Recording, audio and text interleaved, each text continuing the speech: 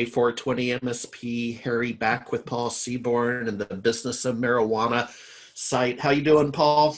Doing great, Harry. Nice to see you. Yeah, thank you. And we're all staying safe at home. You kind of pointed out earlier that did I just come from the golf course? No, sir, I did not. With the work at home movement, I still need to go down and find the shower today. So forgive me. It I just came happens. from class, so I'm post teaching and I'm trying to stay coherent here. So There we go. Well, hey, the topic this month is the 2-year anniversary of the legalization of cannabis in Canada. You are from Canada. Are you still a Canadian citizen or have you become an American citizen? well, I'll always be a Canadian citizen, and as of now, I'm a permanent resident in the U.S. So my wife and our kids, we have green cards, and our youngest son is our only U.S. citizen in the family. There you go. All right. Well, give us the state of the nation for Canada on this second anniversary. It's very interesting. Yeah, so it's October 17th in 2018 that the adult use recreational market opened up nationally. And I think it's really been the best of times and the worst of times. I think everyone around the world was excited to see a second country after Uruguay really go fully in on cannabis and wondering what would happen. And I think in terms of the best of times, life has gone on. Canada is still Canada. They've now have retail stores, product innovation, publicly traded companies from coast to coast, and it's really become part of the culture. You know, it's gradually becoming more and more accepted and recognized as just part of of what you do. And you can file your taxes, you can hire people, you can purchase this and take it home and do the things that you can do, and you don't have to worry about what state you're in or what particular location.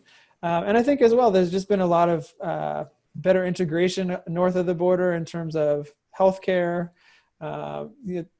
banking, Yeah. all the things that we in the U.S. that are involved in this industry can't really get to because of the federal status. So all those things have really moved forward just the way people were hoping. And 2 years is a pretty big milestone.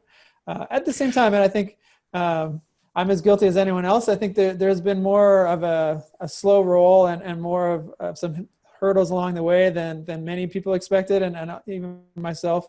Again, it's more government regulated on the retail side than we're familiar with in places like Colorado or Oregon. And so in some of these parts of Canada, the only physical brick and mortar store is a government store, the same way that some of these provinces have government liquor stores. And so they may not have been as motivated to build up those storefronts as quickly. They may not merchandise the same way that a private company would. So there's just a little bit of an inertia to get that process going.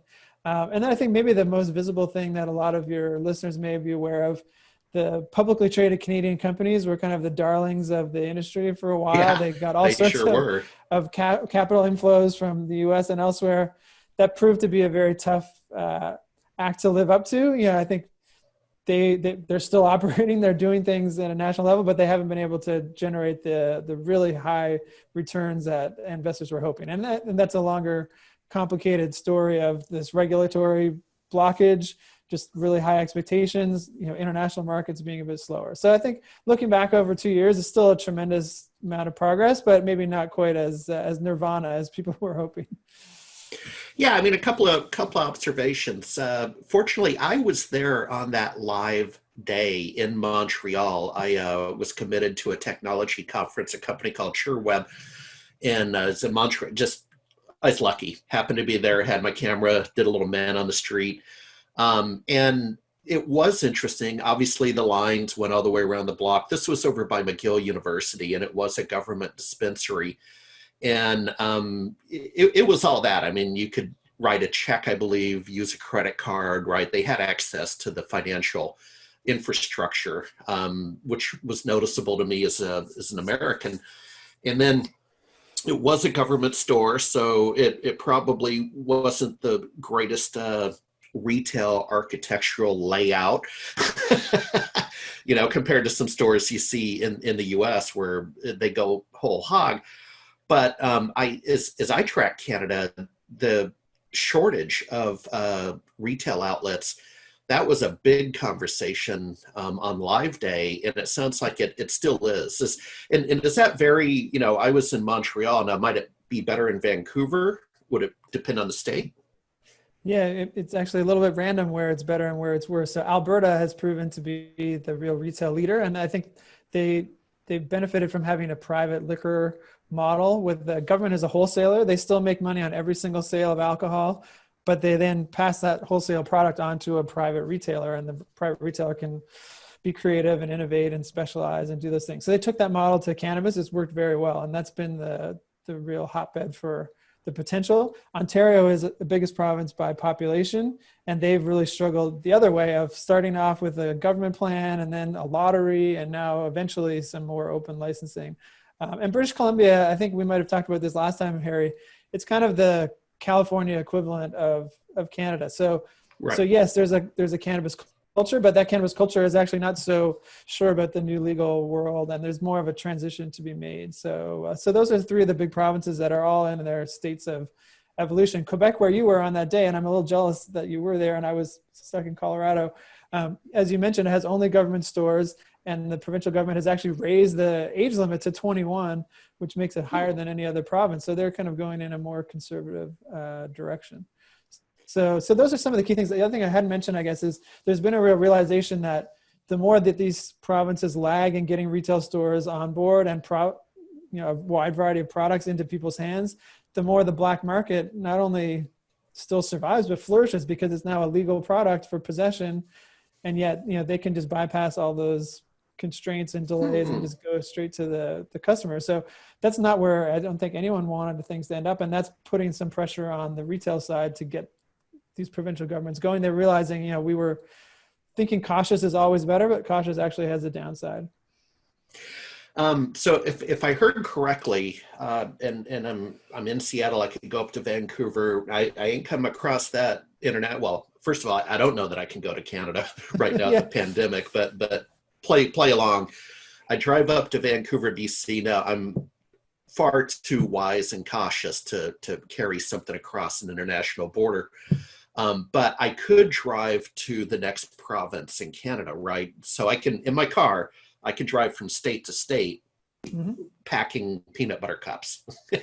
Yeah, in fact, you could actually fly on a plane between Canadian provinces as well. The only concern you might have is if there was a snowstorm and they reroute you to Minnesota or Washington, and then that's going to get complicated. But yeah, within the country, there's no issue around carrying it on your person, having it delivered by the postal service or anything else. We're over that in Canada. Yeah, and the way that plays out, and I think I made mention in one of our prior interviews about cross-border traffic in the U.S., but Trinidad, Colorado, in the southeast part of the state, rows of license plates from Texas out in the dispensary. And those people are putting in a time investment to get there. If you look at Illinois, when they opened up adult use this January, they were really shocked, I think, to see, 20% or more of their sales are going to out of state consumers. There you don't really have to make a big investment to swing over from, Indiana or Wisconsin or wherever. So there's going to be more of that. And, that I think as you and I talked about earlier, that may be a real story on the East Coast as we get into states like New Jersey. If New Jersey opens fully legal, it's a commute home after work for people that are working in Manhattan or people that are Delaware or elsewhere. So Pennsylvania. So we haven't really had a lot of those situations yet. I guess Massachusetts was probably one on the East Coast, but New Jersey could really put a lot of pressure on those neighboring states, because if you want it, it's there, and there's no one going to be standing at the state border asking for possession inventory or something. No, exactly. Or maybe there will be. I don't know. We can't predict these things. Well, we'll talk about that next month, because it's going to be post-election. I've written that down as our topic. The polling data I'm seeing at MJ Biz and Ganjapreneur has over 60% support coming out of New Jersey. Who knows? It's a tough poll to conduct. That's a little bit different poll, but you get the point. It does seem like it's going to pop. Yeah, I think the other thing that's been interesting since we talked last was there was actually a mention of the marijuana industry indirectly in the vice presidential debate, right?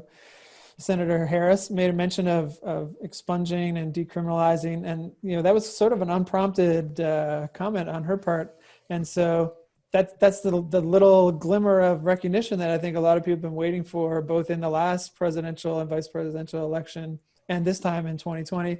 That's probably all they're going to get. I don't think it's going to come up in the town halls this week with our presidential candidates, but these small signals can mean a lot, and I think a lot of people put a lot of note on that particular reference. And nor has there been any sort of major backlash. I think there's way too much going on elsewhere for us to focus on that. But it went out on the airwaves, and life went on. So there we go.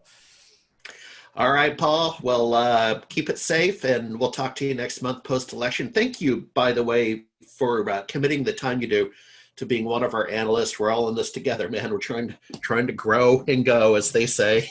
That's my pleasure, and always great to connect with you and your audience, and looking forward to the next one. All right.